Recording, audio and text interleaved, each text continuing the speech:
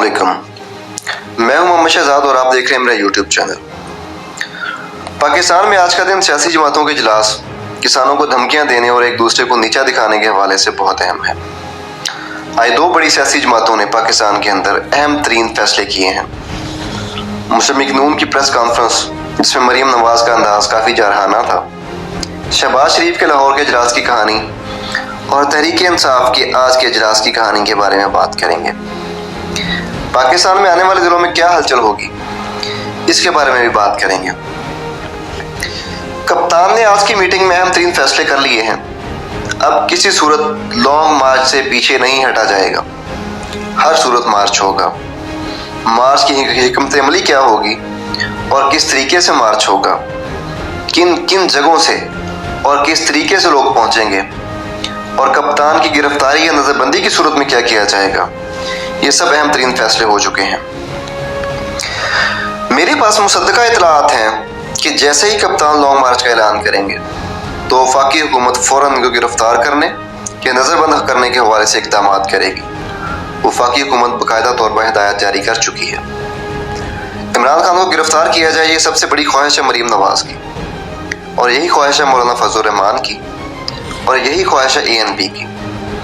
और इस्लामाबाद पुलिस को वाज़ेह तौर पर हिदायत दी जा चुकी हैं कि इमरान खान को किसी सूरत इस्लामाबाद आने नहीं देना। इतलात तो ये भी हैं कि न सिर्फ इमरान खान को गिरफ्तार किया जाएगा, बल्कि तहरीक इंसाफ के तमाम बड़े रहनुमाओं को गिरफ्तार किया जाएगा। ज़राए ये भी बता रहे हैं कि अवाम, मतलब तहरीक इंसाफ के कारकुनों को पाकिस्तान के कानून नाफिज करने वाले इदारों के साथ तड़वा कर खूनी खेल खेलने की तैयारी भी मुकम्मल हो चुकी है। मगर इमरान खान को गिरफ्तार करना इतना आसान नहीं है।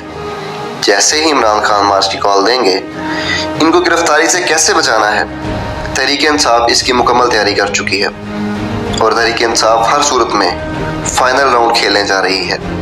11 अक्टूबर से 15 अक्टूबर अहम तरीन दिन होंगे। दूसरी तरफ नून लीग भी तैयारी कर रही है कि इमरान खान को किस तरह जवाब देना है। आज मरियम का जारहाना लहजा इस बात की गवाही है। मुस्लिम लीग नून ने फैसला किया है कि अवाम को महंगाई से निजात दिलाने के बाद अगर इलेक्शन में जाना पड़ता है तो इसके लिए भी मुकम्मल तैयार होंगे। मगर मेरे पास ये मुसद्दका इतला है कि नवाज शरीफ की वापसी तक इलेक्शन में नहीं जाया जाएगा। जितना मुमकिन हो सके इस मामले को रोका जाएगा।